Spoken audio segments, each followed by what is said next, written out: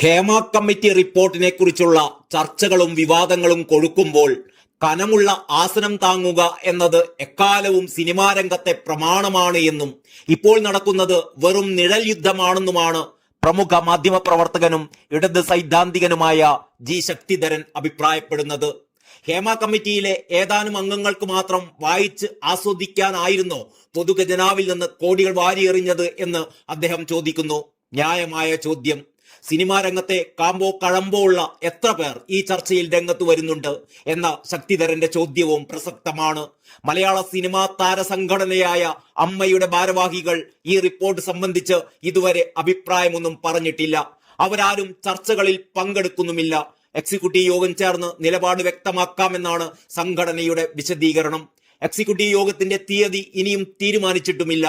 Report പഠിച്ചു മാത്രമേ വിശദമായ മറുപടി ഉണ്ടാകൂ എന്നാണ് അമ്മയുടെ ജനറൽ സെക്രട്ടറിയായ സിദ്ദിഖ് കഴിഞ്ഞ ദിവസം പ്രതികരിച്ചത്. ഇതാണ് അവസ്ഥ. ഈ പശ്ചാത്തലത്തിലാണ് ജി ശക്തിധരൻ പറയുന്നത് ചർച്ചകളിൽ ചില തീവിഴുങ്ങി പക്ഷികൾ കസറുകയാണ് എന്ന്.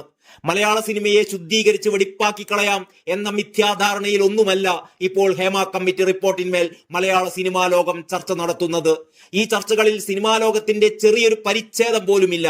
ഇതുപോലൊരു റിപ്പോർട്ടിനെ കുറിച്ച് പ്രതികരിക്കേണ്ട സിനിമാ തറവാട്ടിൽ നിന്നുള്ള പ്രഗത്ഭർ സ്വന്തം അസാന്നിധ്യം കൊണ്ട് നിലപാട് വ്യക്തമാക്കിയിരിക്കുകയാണ്. ടെലിവിഷനുകൾക്ക് വയനാട് കഴിഞ്ഞപ്പോൾ ഹേമ കമ്മിറ്റി റിപ്പോർട്ട് ചാകരയുടെ കാലമായി. ടെലിവിഷൻ തുറന്നാൽ സിനിമ അപഖ്യാതികളുടെ കഥകളെയുള്ളൂ. ഭാഗ്യത്തിന് അതിലെ അശ്ലീലം ആരോ നേരത്തെ തന്നെ ഒഴുക്കിക്കളഞ്ഞു. ഇനിയും ഇത് നീണ്ടുപോയാൽ പ്രേക്ഷകരെ കിട്ടാത്ത അവസ്ഥയിലെത്തും. ജനത്തിന് മടുത്തിരിക്കുന്നു. ഏറ്റവും സ്ഫോടകമായ വലിയ രഹസ്യങ്ങളാണ് ഹേമ കമ്മിറ്റി റിപ്പോർട്ടിന്മേൽ സ്ക്രീനിൽ വന്നുകൊണ്ടിരിക്കുന്നത് എന്ന് കൊട്ടിഘോഷിച്ചാണ് എല്ലാ ചാനലുകളും അമിട്ട് പൊട്ടിച്ചത്. ഹേമ കമ്മിറ്റി റിപ്പോർട്ട് പുറത്തു വരുന്നതോടെ മാലപ്പടക്കം പോലെ വിവാദങ്ങൾ പൊട്ടിക്കൊണ്ടിരിക്കുമെന്ന് പ്രവചനം അസ്ഥാനത്തായി. ഇപ്പോൾ തന്നെ അത് നനഞ്ഞ പടക്കമായി. എന്തുകൊണ്ട് ഹേമ കമ്മിറ്റി റിപ്പോർട്ട് ചർച്ച ചാപിള്ളയായി എന്ന് ആരും ചിന്തിക്കുന്നില്ല. സിനിമയിൽ നടന്നുകൊണ്ടിരിക്കുന്ന അസാൻമാർഗിക നടപടികൾ, അപസർപ്പക ദൃശ്യങ്ങൾ, ദുഷ്ചേതികൾ ഇവയെല്ലാം ചർച്ചയിൽ ആദ്യം തന്നെ മുങ്ങിപ്പോയി. നടികൾ തുണി കൊണ്ട് മറച്ചുപിടിച്ച് മൂത്രമൊഴിക്കാൻ നിർബന്ധിക്കുന്നിടം വരെയായി അടുത്ത ഘട്ടം.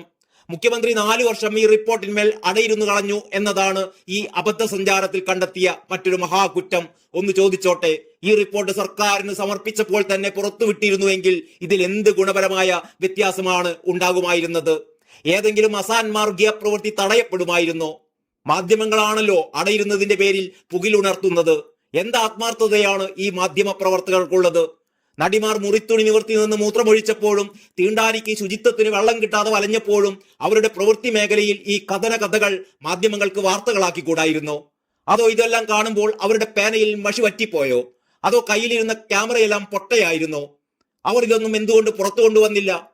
TV ചർച്ചകളിലെ അവതാരകർ പോലും ചർച്ചയിൽ ഇരിക്കണമോ അതോ ഇറങ്ങി ഓടണോ എന്ന സന്നിഗ്ധാവസ്ഥയിലാണെന്ന് ശക്തിധരൻ പരിഹസിക്കുന്നു. ഏഷ്യാനെറ്റിൽ കഴിഞ്ഞ ദിവസം രാത്രി നടന്ന ചർച്ചയാണ് പൊടിപൂരം. കനമുള്ള ആസനം താങ്ങി ഉപജീവനം നടത്തുന്ന ഒരു വിദൂഷകനുമായിട്ടായിരുന്നു വിനു വി ജോണിന്റെ ഗുസ്തി. മഹാകഷ്ടം തന്നെ എന്ന് പറയുകയാണ് G Sakthidharan. News desk Kalakaumudi.